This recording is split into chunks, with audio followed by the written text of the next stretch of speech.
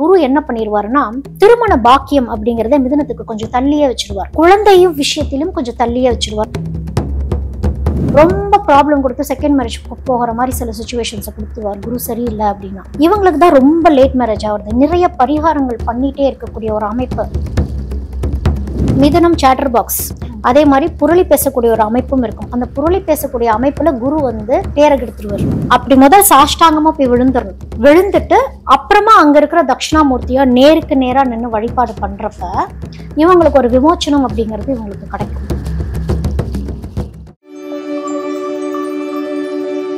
இந்த மிதுன ராசிரியர்களுக்கு குரு என்னென்ன மாதிரியான பலன்கள்லாம் கொடுப்பாங்க மேம்? இப்ப மிதுன ராசி அப்படின்னு பாக்குறப்ப நான் சொன்னேன் இல்லையா, இவங்களுக்கும் புதன் ஆகாது, குருக்கு ஆகாது அப்படிங்கிற மாதிரி இருக்கப்ப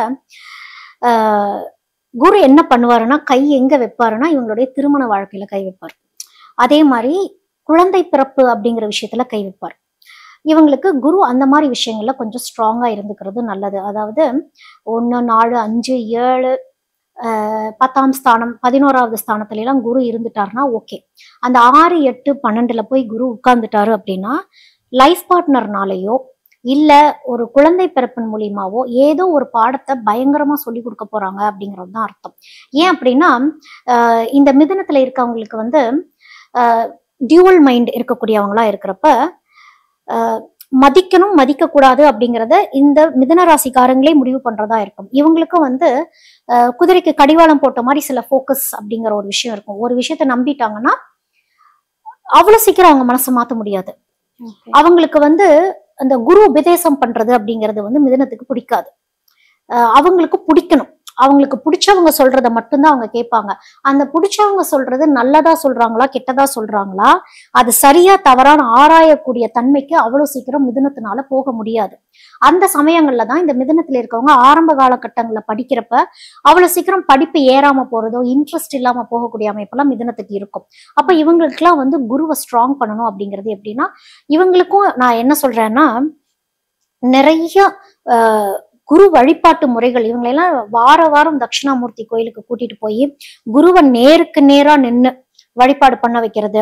ஏதாவது சர்வீஸ் ஓரியன்டா அந்த கோயிலே பண்ண வைக்கிறது. அதாவது வர குழந்தைங்களுக்கு ஒரு பென் கொடுக்கறது, ஒரு நோட்டு கொடுக்க வைக்கிறது. கொஞ்சம் இந்த குருவா இருக்கவங்களுக்கு எப்படி நம்ம பணிஞ்சு நம்ம மரியாதை கொடுக்கணும் அப்படிங்கிற விஷயத்த குழந்தையில இருந்தே மிதுன ராசிக்காரங்களுக்கு சொல்லி கொடுத்துடணும். ஜென்ரலாவே மிதுன ராசிக்காரங்கன்னு பாக்குறப்போ அவங்க அம்மா அப்படிங்கிறவங்க ஒரு ரோல் பிளே பண்ணுவாங்க. இந்த அம்மா ஒரு நல்ல குருவா இவங்களுக்கு அமைஞ்சிடணும். ஜென்ரலாவே மிதுன ராசிக்காரங்களுக்கு அம்மான்னு வரப்போ ஒரு சண்டை வரும், ஒரு ஆர்குமெண்ட் அப்படிங்கிற விஷயங்கள்லாம் இருக்கும். லேட்டர் ஆன் ஸ்டேஜ்ல தான் ஐயோ எங்க அம்மா எனக்கு இவ்வளவு நல்லது பண்ணுனாங்க, ஆனா நான் புரியறதுக்கு எனக்கு இவ்வளவு லேட் ஆயிடுச்சா அப்படிங்கிற மாதிரி விஷயம்லாம் வரப்போ அது முக்கியமா இப்ப மிதுனத்துல இருக்கவங்க மிதுனத்துல இருந்து வரப்போ அந்த அஷ்டங்கம், அதாவது அஷ்டங்கம் சொல்றது மிதுனத்துல இருந்து மகரம் அப்படின்னு வச்சுக்கோங்க, அது 8வது இடம். அந்த 8வது இடத்துல வரக்கூடிய ஒரு ராசியில அம்மாவோ அப்பாவோ இருக்கிறாங்க, இல்ல குரு இருக்கிறாங்க, இவங்கள்ட்டலாம் ஆர்கியூ பண்ணிட்டு இருப்பாங்க இந்த இந்த அஷ்டமத்துல வர்றதுல. அதே மாதிரி 6ஆம் ஸ்தானத்துல என்ன ரிலேஷன்ஷிப்ல யாரை மீட் பண்றாங்களோ அவங்க ஜாதக கட்டத்துல இருந்து 6வதுல என்ன இருக்குதோ அந்த ரிலேஷன்ஷிப், அதாவது ஃப்ரெண்டோ இல்ல அவங்க லைஃப்ல மீட் பண்ற லைஃப் பார்ட்னரா இருக்கலாம், இல்ல ஃப்ரெண்ட்ஸா இருக்கலாம், இல்ல கலீக்ஸ் யாரா வேணாலும் இருக்கலாம், அவங்க மூலியமா ஏதாவது ஒரு மிஸ் அண்டர்ஸ்டாண்டிங் வரக்கூடிய ஒரு அமைப்பு, இந்த மாதிரி விஷயங்கள்லாம் இருக்கும். பெரும்பாலும் குரு என்ன பண்ணிடுவாருன்னா திருமண பாக்கியம் அப்படிங்கறத மிதுனத்துக்கு கொஞ்சம் தள்ளியே வச்சிருவார். கொஞ்சம் போராட்டம், குழந்தையும் விஷயத்திலும் கொஞ்சம் தள்ளியே வச்சிருவார். அவ்வளவு சீக்கிரம் அந்த குழந்தை பிறப்புக்கு வரம் கொடுக்கறதோ திருமணத்துக்கு சரியான ஒரு அமைப்பு கொடுக்கறதோ செய்ய மாட்டார். ஏர்லி மேரேஜ் பண்ணிட்டாங்கன்னு வச்சுக்கோங்க, ரொம்ப ப்ராப்ளம் கொடுத்து செகண்ட் மேரேஜ் போகிற மாதிரி சில சுச்சுவேஷன்ஸை கொடுத்துருவார் குரு சரியில்லை அப்படின்னா.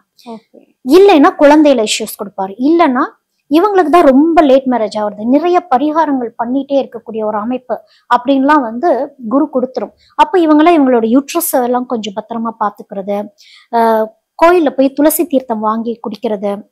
அதே மாதிரி இப்ப சிங்கப்பெருமாள் இருக்கிறாரு அப்படின்னு வச்சுக்கோங்க, அந்த சிங்கப்பெருமாள் என்ன தெய்வத்தை அவங்க வழிபாடு பண்றாங்களோ அவங்களே குருவா ஏத்துக்கணும். அவங்களுடைய ஸ்லோகங்கள் கேட்கறது, அதன் மூலியமா ஏதாவது ஒரு ஃபாலோ பண்ணிக்கிறது, அந்த மாதிரி இவங்க இருந்துகிட்டாங்க அப்படின்னா சேஃபர் சைட்.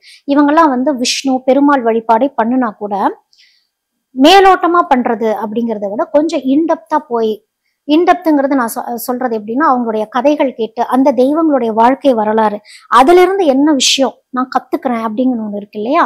அப்படி அவங்க கத்துக்கிறாங்க. ஏன்னா இவங்களுடைய மிதுனத்துக்கான ஒரு லைஃப் ஜேர்னின்னு பாக்குறப்போ, அதுக்குள்ள வரக்கூடிய அந்த 3 நட்சத்திரங்களோட அமைப்புக்கும் ஒவ்வொரு குணாதிசயங்கள் இருந்தாலுமே, இவங்களுக்கு அந்த டிராவலிங்கிறது சில விஷயங்கள் ரொம்ப பிடிக்கும். டிராவல் மூலியமா குரு ஏதாவது ஒரு பாடத்தை இவங்களுக்கு உணர்த்திட்டே இருப்பார். ஏதோ ஒரு வகையில ஆன்மீக பாதைக்குள்ள மிதுனம் போயிடுவாங்க. அப்படி மிதுனம் போகிறாங்க அப்படின்னா, அங்கேயும் ஒரு சரண்டரிங் அப்படின்னு ஒண்ணு இருந்தா மட்டுமே லைஃப் இவங்களுக்கு செட்டில் ஆகும். இல்லைன்னா இந்த குரு என்ன பண்ணுவார் தெரியுமா? அந்த அவமானம் சுத்தி நம்ம பட்டுக்கிட்டு இருக்கோங்கிற விஷயத்த புலப்பட விடவே மாட்டார். எனக்கு என்ன பரவாயில்ல, யார் என்ன நினைச்சாலும் பரவாயில்ல அப்படின்னு. மிதுனத்துல இருக்கவங்க டீச்சிங்ல நிறைய இருப்பாங்க. அப்போ அந்த டீச்சிங் ப்ரொஃபஷன் அப்படின்னு வரப்போ அசுரனா மாறிடக்கூடாது. ஏன்னா அங்க சுக்கிரன் சில வேலைகள் பார்க்கும் மிதுனத்துக்கு. புதன் என்ன பண்ணும்னா, நான் சொன்னேன் இல்லையா, ரொம்ப மெட்டீரியலிஸ்டிக்கா இருப்பாங்க புதன். கொஞ்சம் கருணையோட, கொஞ்சம் ஞானத்தோட, அந்த பிலாசபிக்கல் தாட்டோட குழந்தைங்களை பார்க்க தெரிஞ்சுக்கணும். வெறும் நான் பாடம் மட்டுமே கற்பிப்பேன், நான் தயவுதாட்சண்யம் பார்க்க மாட்டேன் அப்படின்லாம் இருக்கக்கூடாது. கொஞ்சம் அந்த பாண்டிங் அப்படிங்கிற மாதிரி இருந்துட்டாங்கன்னா, அவங்களுடைய டீச்சிங் லைஃப் யாருக்காவது சொல்லி கொடுத்துட்டே இருக்காங்கன்னா அதுவே ஒரு மிக பெரும் பரிகாரம். ஏன்னா மிதுனம் சேட்டர் பாக்ஸ், அதே மாதிரி புரளி பேசக்கூடிய ஒரு அமைப்பும் இருக்கும். அந்த புரளி பேசக்கூடிய அமைப்புல குரு பேரகெடுத்துருவார். அதனால அந்த பேச்ச இங்க நியாய தர்மமா யூஸ் பண்ணணும்னா டீச்சிங்ல யூஸ் பண்ணிட்டாங்க அப்படின்னா குரு பலம் வந்துடும். ஓகே ஓகே மேம், இப்போ நீங்க பேசிட்டு இருக்கும்போது ஒரு விஷயம் சொன்னீங்க இல்லையா, கல்யாணம் டிலே ஆகும், அதே மாதிரி குழந்தை பிறப்புல கொஞ்சம் தாமதமாகும் அப்படின்னு. இப்பவே 90s கிட்ஸ்லாம் நிறைய பேர் புலம்பிட்டு இருக்காங்க, எனக்கு இன்னும் திருமணம் ஆகலைன்னு. இதுலயும் நம்ம மிதுன ராசினியர்கள் இந்த வீடியோ பார்த்தாங்கன்னா ரொம்ப கஷ்டப்படுவாங்க. ஸோ அவங்க இந்த கோவிலுக்கு போயிட்டு வந்தாங்க அப்படின்னா விரைவில் திருமணம் ஆகும். உங்களுக்கு இந்த பிரச்சனையில இருந்து நீங்க வெளியில வரலாம் அப்படின்னா எந்த மாதிரியான கோவில் வழிபாடு சிறந்ததா இருக்கும்? இவங்களுக்குலாம் திருச்செந்தூர்ல இருக்கிற தட்சிணாமூர்த்தி தான் இவங்களுக்கு ஹெல்ப் பண்ணுவார். ஏன் அப்படின்னா, இப்ப திருச்செந்தூர்ல வழிபாட்டு முறைகள் நம்ம பாக்குறப்ப அங்க இருக்க கொடிமரம் இருக்கு இல்லையா, அந்த கொடிமரத்துக்கும் ஒரு வரலாறு இருக்கு. ஃபுல்லா தாழ்ந்து பணிஞ்சு காலையில முதல் எல்லாருமே சாஷ்டாங்கமா விழுந்துருவாங்க. அப்படி முதல் சாஷ்டாங்கமா போய் விழுந்துட்டு அப்புறமா அங்க இருக்கிற தட்சிணாமூர்த்தியா நேருக்கு நேரா நின்று வழிபாடு பண்றப்ப இவங்களுக்கு ஒரு விமோச்சனம் அப்படிங்கிறது இவங்களுக்கு கிடைக்கும். அந்த மாதிரி வழிபாடு இவங்க பண்ணலாம். பொதுவாகவே குரு நீஷம் ஆகிறாரு அப்படின்னா அவரை ஸ்ட்ரென்தன் பண்றதுக்கு எந்த கோவில் போகலாம், என்ன மாதிரியான வழிபாடுகள் பண்ணா சிறப்பா இருக்குமா? அதாவது குரு ஸ்தலங்கள் அப்படின்னு பாக்குறப்போ ஸ்ரீரங்கேரி சொல்றது, அதே மாதிரி ஆலங்குடி சொல்றது, திருச்செந்தூர்ல அங்க இருக்க தட்சிணாமூர்த்தி ரொம்ப ரொம்ப பவர்ஃபுல். தோஷங்கள் இருக்கக்கூடியவங்க அங்க போயிடுறது நல்லது. அதே மாதிரி காசிக்கு போய் அங்க குரு வழிபாடு பண்றது. ஒரு சிலருக்கு என்னதான் தெய்வ ஸ்தலங்களுக்கு போனாலுமே ஹெல்ப் பண்ணாது. அவங்கெல்லாம் படிக்கிற குழந்தைங்களுக்கு உதவி பண்ணிட்டே இருக்கிறது. குருமார்களை அந்த அந்த குடும்பத்துல யாரோ ஒருத்தவங்க மதிக்காம போயிருக்காங்கன்னா அந்த கர்ம பலன் அப்படியே கேரி ஆன் ஆகி வரும். இப்ப குரு எந்த ஸ்தானத்துல உட்கார்ந்துருக்கோ ஏதோ ஒரு வகையில படிப்பினைய கத்து கொடுக்க வந்திருக்குங்கிறத அதை நம்ம புரிஞ்சுக்கணும். விட்டகுறை தொட்டகுறை அது உட்கார்ந்துருக்க இடத்த பொறுத்து இருக்கு. இப்ப தானே அந்த குருவை மதிக்காம போயிருந்திருக்கலாம், இல்லைன்னா நம்மளுடைய சிப்ளிங்ஸோ இல்ல நம்மளுடைய முன்னோர்களோ, அம்மா சைடு அப்பா சைடு, இப்படி பல விஷயங்கள் இருக்கு. குரு சாபம் மட்டும் வாங்கவே கூடாது அப்படிங்கிற ஒரு அமைப்பும் இருக்கு. குரு சாபம் வாங்கிட்டாங்கன்னா, அதாவது குருவை ஏமாத்துறது, குரு சாபம் வாங்குறது, குரு தட்சணையில கேள்விகள் கேட்கறது, இப்ப குரு தான் தன்னுடைய சிஷ்யன் இவங்க அப்படின்னு சொல்லி முடிவு பண்ணுவாங்க. சிஷ்யன் போய் குரு கிட்ட போய் என்ன சிஷ்யனா ஏத்துக்குங்க அப்படிங்கிறப்போ குரு நிறைய சோதிப்பார். சோதிச்சுட்டு தான் இது இவர் என்னுடைய சிஷ்யன், எனக்கான சிஷ்யன் ஏத்துக்கிறது.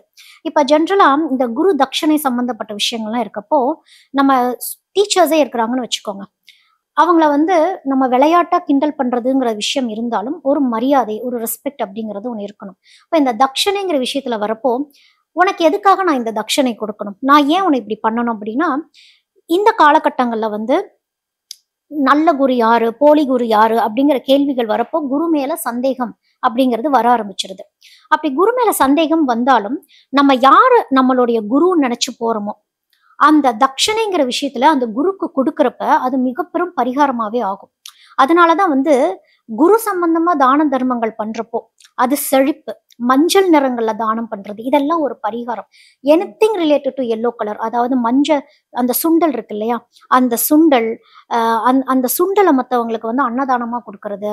அதே மாதிரி வஸ்திரம், மஞ்சள் கலர்ல வஸ்திர தானம் பண்றது, இதெல்லாம் வந்து மிக பெரும் பரிகாரமாவே பார்க்கப்படுது. இல்லைங்க என்னால எதுவுமே வாங்கி தர முடியல அப்படின்னா மஞ்சள் எலுமிச்சம்பழமே போதும் குருவுக்கு போய் நம்ம கொடுத்து வழிபாடு பண்ணிட்டு வர்றதுங்கிறது.